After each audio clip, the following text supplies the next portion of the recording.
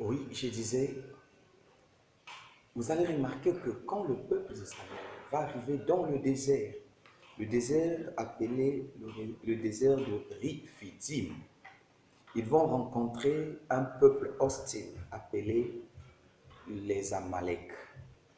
Amalek voulait empêcher Israël de poursuivre son exode, d'aller vers la terre promise. Alors il fallait livrer bataille contre Amalek. Et Dieu va dire à Moïse, ici c'est pour expliquer la complémentarité qui existe entre les bandes, le ministère des bandes et le ministère des Éphésiens 4:11. Qu'aujourd'hui, la chose fait couler beaucoup d'encre.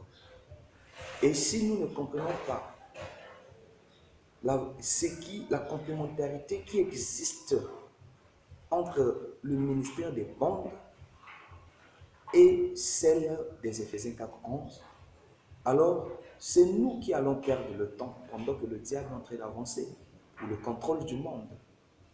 Alors il est temps pour que nous comprenions cette complémentarité, que nous puissions avancer dans cette symbiose, dans cette unité, reconnaissant la place de chacun, reconnaissant ce que l'autre fait pour la même cause.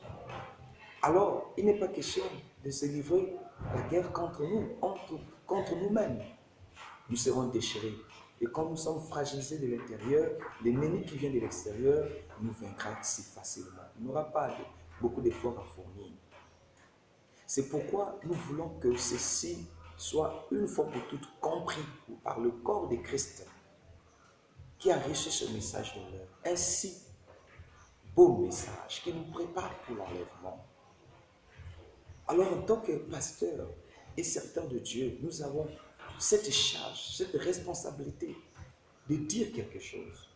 Et je la porte dans cette émission que nous avions intitulée Notre intime conviction. Je parle avec intime conviction de ce que je pense être la vérité. Je crois de tout mon cœur qu'il n'y a pas de guerre, il n'y a pas de distance entre le ministère des bandes et le ministère des Éphésiens 4:11. Ce sont des ministères complémentaires qui doivent travailler ensemble pour apporter l'épouse au sommet de sa vocation céleste. Alors, si nous regardons dans cette scène dont je disais, l'Exode chapitre 17, à partir du verset 8 à 13, nous allons remarquer que les Amalek ont empêché Israël d'avancer. Et Dieu va dire à Moïse, qui représente le messager. Pour nous, c'est la position de William Allen. Il va dire par le messager, de dire à Josué, Josué qui représente les vrais Éphésiens 4:11, ceux qui sont fidèles à ce que Moïse dit, ceux qui croient exactement ce que Moïse dit, ceux qui marchent à la lumière de ce que Moïse a dit, qui sont fidèles et qui réussissent dans leurs entreprises parce qu'ils sont fidèles à ce que Moïse a dit. Alors, il va dire à Josué, Josué, toi, descends dans la vallée. Prends un groupe de combattants d'Israël. Va livrer bataille contre Amalek là-bas dans la vallée. Pendant ce temps, Dieu va dire à Moïse de monter lui sur la montagne, au sommet de la montagne, avec son bâton. Et du sommet de la montagne, Moïse élevait les mains vers le ciel. Et chaque fois que les mains de Moïse étaient levées vers le ciel, Josué dans la vallée avait la victoire sur Amalek. Quand les mains de Moïse se fatiguaient et descendaient, c'est Amalek qui avait la victoire sur Israël. Alors, Hur et Aaron étant près de Moïse, remarquez, près de Moïse, ceux qui étaient près de Moïse, eux, ils n'étaient pas dans la vallée là où la bataille se livrait, mais ils étaient près de Moïse. Alors ils ont compris qu'il fallait que les mains de Moïse soient maintenues levées vers le ciel. Et qu'est-ce qu'ils vont faire? Ils ont trouvé que Moïse était fatigué. Ils vont prendre Moïse, ils vont faire asseoir Moïse sur une pierre. Christ la révélation.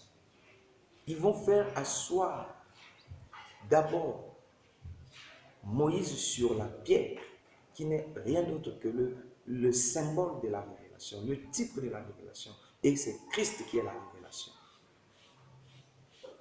Oui. Alors ils vont mettre Moïse sur la pierre. Moïse va s'asseoir sur la pierre, sur la révélation, sur Christ. C'est lui le fondement solide. C'est lui qui donne la force. C'est lui qui est le point de référence final. Et quand Moïse était assis sur la pierre, Aaron va prendre un bras de Moïse, Hur va prendre l'autre bras de Moïse, et ils vont soulever les mains de Moïse vers le ciel, pour le maintenir élevé, pour que la victoire dans la vallée soit conservée. Parce qu'ils avaient compris que aussi longtemps que les mains de Moïse étaient élevées vers le ciel, étaient portées à la vue de tous, étaient agitées dans les airs, la victoire était certaine dans le camp d'Israël. Et ils vont faire de tout ce qu'ils pouvaient pour que les mains de Moïse restent élevées, que les mains de Moïse soient vues de tous, pour que la victoire soit certaine dans le camp.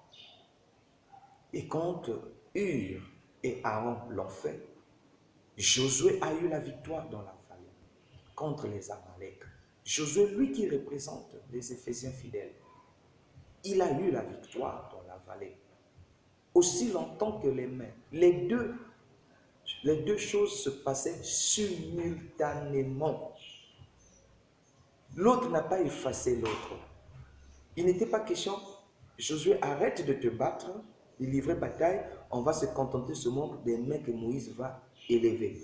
Nous avons eu la force de l'aider à maintenir les mains vers le ciel. Donc toi, Josué, arrête de te battre dans la vallée. Non. Il était question que les deux se passent simultanément. Les mains de Moïse devaient être levées. Nous regardons par Aaron, le garant d'un sacerdoce. Oui, Aaron était le garant du sacerdoce lévitique. Et nous voyons par Hur, le garant d'un autre sacerdoce qui était à venir pendant que la scène se passait. Parce que Hur était issu de la lignée de Juda. Et plus tard, Juda va prendre le sacerdoce qui était chez les Lévites. Christ étant issu de la lignée de Juda, va prendre le sacerdoce selon l'ordre de Melchisédek. Il va être un sacrificateur pour toujours. Donc on voit les deux sacerdoces soutenir les mains de Moïse pour qu'il ait la victoire. Et à la lumière du message, le frère William Branham, notre prophète, nous montre que ces sacerdoces-là montraient l'Ancien et le Nouveau Testament. Et le Nouveau et l'Ancien Testament sont dans un équilibre parfait pour apporter la victoire à l'Église. Les deux doivent aller ensemble. Vous ne devez pas rejeter. C'est pourquoi le Christ est venu, il a dit, ne pensez pas que je suis venu abolir la loi, mais je suis venu pour accomplir, parfaire, emmener cela à la perfection. Alors donc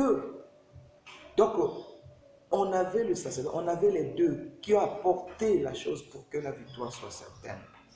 De l'autre côté, il y avait Aaron, de l'autre côté, il y avait Hur.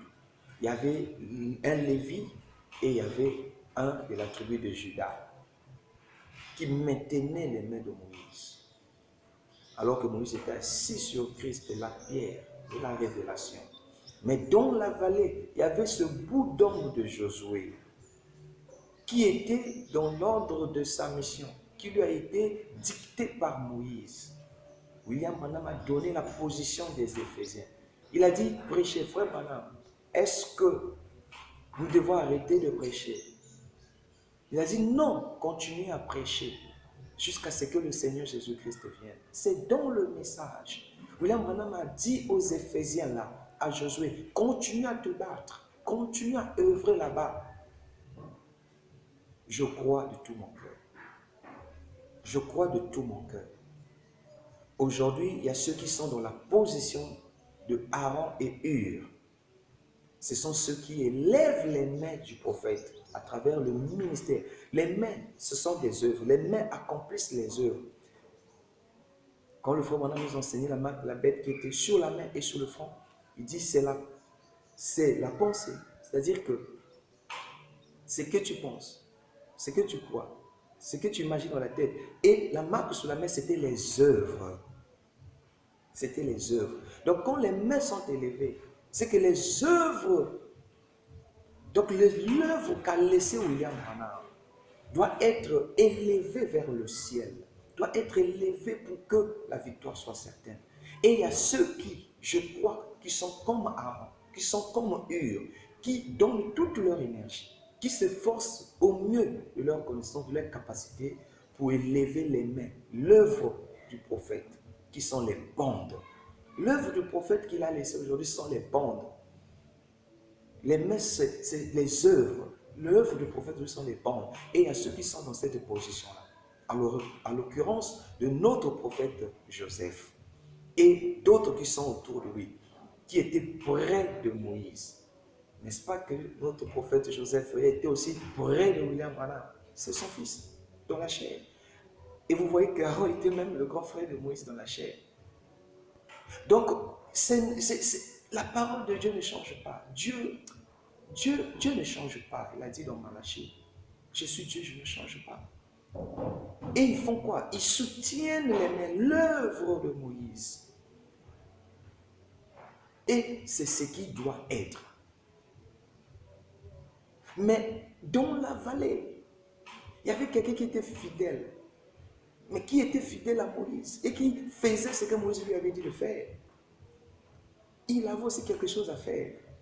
Ces Éphésiens-là, qui sont aussi rattachés à Moïse, peut-être pas par la chair, peut-être pas parce qu'ils étaient proches par les liens de sang avec Moïse, mais par la fidélité à ce que Moïse a dit.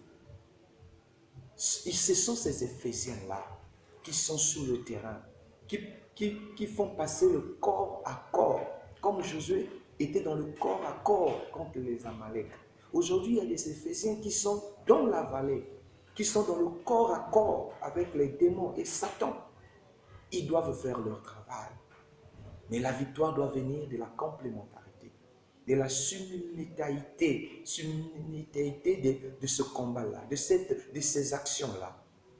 Ces actions-là doivent se faire de la façon simultanée. Je suis convaincu, dans mon intime conviction, que les bandes doivent œuvrer, et c'est un ministère mondial, ça doit s'exercer à travers le monde entier. Et au même moment, les Éphésiens 4, 11, qui représentent ce bout d'homme de Josué, qui combat dans la vallée là-bas, doivent aussi faire leur travail. Et c'est cette complémentarité, ces deux actions-là, comme les ailes d'un aigle. L'aigle doit monter, aller plus loin, dans les hauteurs où personne, aucun autre oiseau ne peut le suivre. Mais il a besoin de ces deux ailes. Il a besoin de ces deux actions pour battre plus fort. L'épouse doit monter. Mais la seule façon pour l'épouse de monter, c'est qu'il doit avoir ces deux ailes pour que ça lui donne la force de propulsion. Il y a les bombes, qui est un ministère mondial. Il y a les Éphésiens 4:11, qui est aussi un ministère de l'épouse, le ministère de l'heure. Que les deux battent les ailes au même moment. Pas un qui bat seulement, sinon il y aura des équilibres. Les deux doivent battre les ailes au même moment. C'est comme ça que l'épouse montera pour avoir la victoire finale.